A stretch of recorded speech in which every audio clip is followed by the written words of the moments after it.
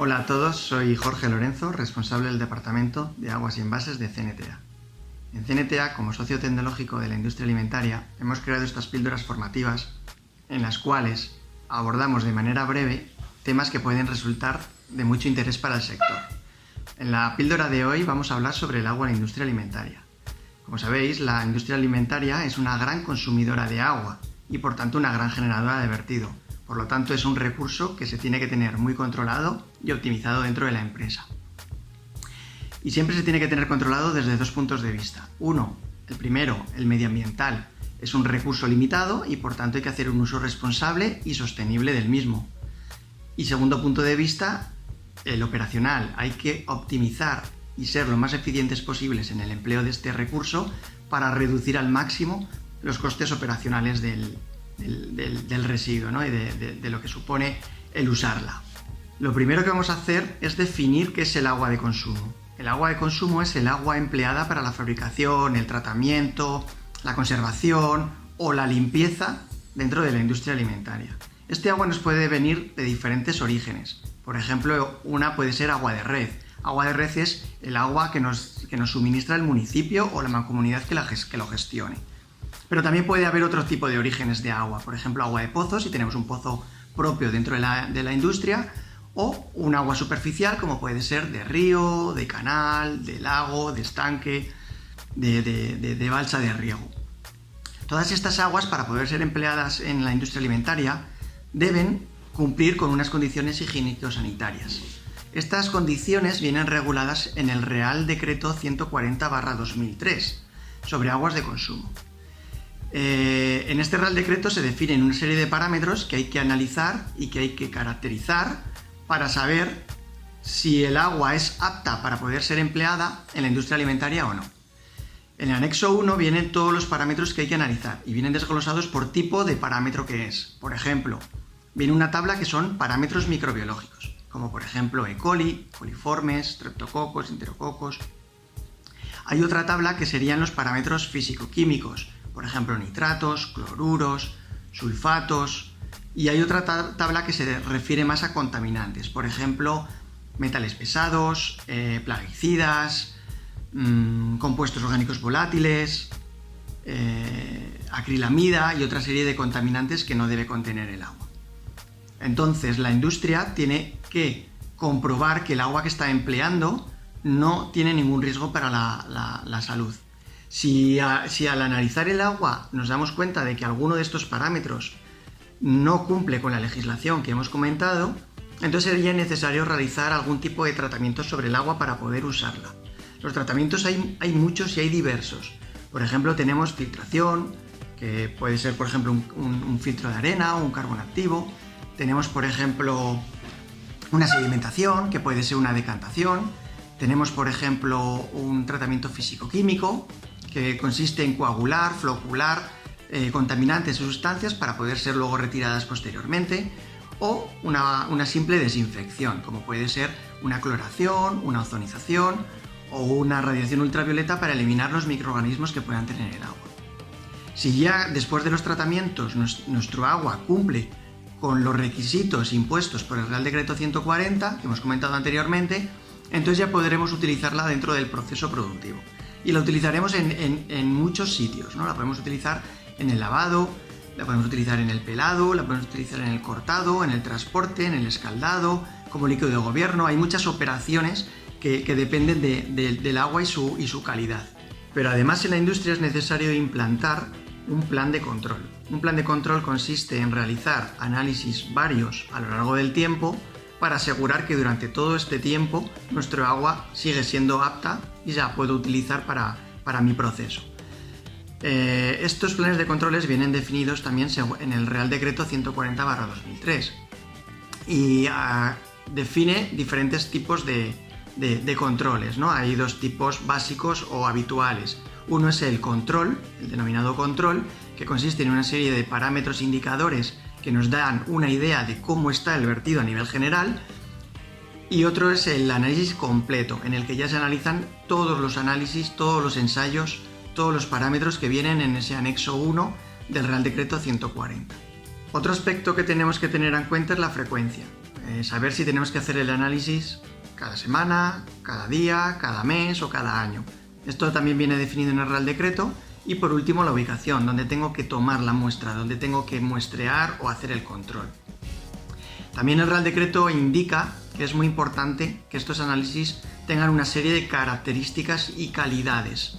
Habla sobre exactitud dentro de los análisis, máximas permitidas, incertidumbres y indica que los análisis deben estar realizados por entidades que tengan implantados sistemas de gestión de calidad. Recientemente en CNTA hemos obtenido la calificación de ENAC, de entidad acreditada para realizar planes de control, según el Real Decreto 140 de aguas de consumo. Esto implica que los resultados que se emiten son de calidad y además son contrastados y son válidos a nivel internacional. Y esto es muy importante y es algo que también el Real Decreto indica. Estos planes de control, por poner un ejemplo, dependerán sobre todo del agua de consumo que yo gasto al día. Para ello, se realiza una estimación del consumo diario a partir del consumo anual. Tengo que coger los metros cúbicos que gasto al año de agua de consumo y dividirlo entre los días para hacer una estimación de cuánto gasto al día. En función de cuánto gaste, voy a unas tablas que se encuentran dentro del anexo 5 del Real Decreto 140 y veo cuántos análisis debo hacer al año, al semestre, a la semana. Ahora vamos a ver los vertidos. Los vertidos son aguas que se han utilizado, esas aguas de consumo que hablábamos al principio, que se han utilizado y que ahora tenemos que eliminarlas. En función de dónde las eliminemos, podemos tener dos tipos de aguas. Aguas que van a ir al cauce público, que puede ser un río, un estanque, un lago, o aguas que van a ir a un colector municipal del propio ayuntamiento, ¿no? Responsabilidad del propio ayuntamiento, y que luego va a ir a una depuradora, a la depuradora urbana del municipio. Es importante saber la diferencia, puesto que los límites de vertido en uno o en otro caso son diferentes. Cuando vamos a cauce público, los límites son muy inferiores a cuando vamos a colector. Es lógico teniendo en cuenta que cuando vamos a cauce público directamente estamos haciendo el vertido sobre un río, por ejemplo. Sin embargo, si vamos al colector, ese colector llevará nuestra agua residual hasta la depuradora municipal, se depurará y luego ellos son los que harán el vertido al cauce público. En función de a dónde se vierta, la autoridad competente es una u otra.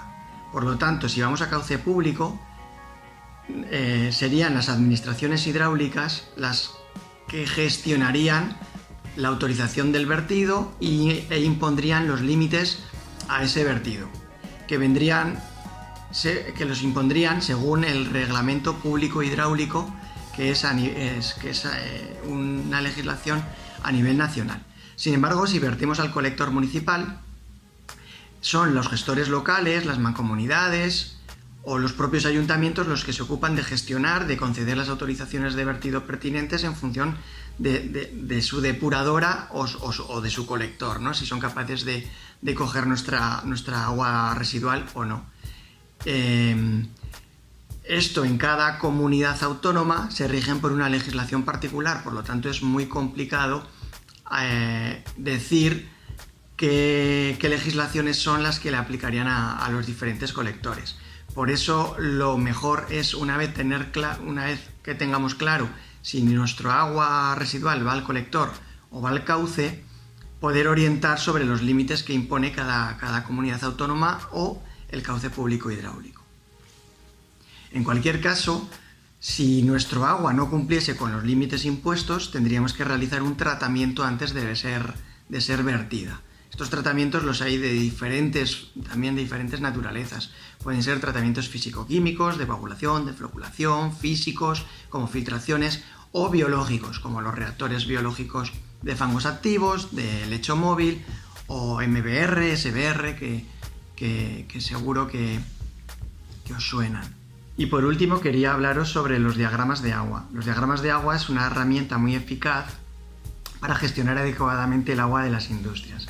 Consiste dentro del diagrama de flujo, dentro del proceso tener bien caracterizados cada uno de los puntos de consumo de agua y de vertido. Para ello se mide el caudal del agua que está entrando en cada uno de los puntos y se mide la carga de los vertidos que están saliendo.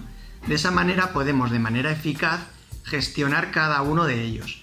Por ejemplo, hay vertidos con mucho caudal y poquita carga que podrían ser recirculadas dentro de la misma operación o empleados para otras operaciones dentro de la industria.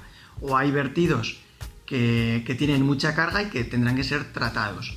Pero a lo mejor no todos necesitan ser tratados, por lo tanto, una buena segregación de los vertidos nos va a permitir ahorrar costes en el dimensionamiento de las depuradoras o de los tratamientos que tengamos posteriores y además hacerlos más eficientes y con menos costo. En CNTA podemos ayudarte también con la elaboración de estos diagramas del agua que resulta muy eficaz para las empresas. Y hasta aquí sería todo lo que quería contaros en esta píldora formativa del agua en la industria alimentaria. No quería despedirme sin antes recomendaros revisar los cursos formativos que tenemos previstos para el segundo semestre del año, que muchos de ellos son cursos donde se profundiza mucho más estas píldoras formativas, por lo tanto puede resultaros de interés. Y cualquier consulta o duda, pues estoy para ayudaros. Mi correo electrónico es jlorenzo@cnta.es. Y muchas gracias por haber estado conectados. Nos vemos pronto.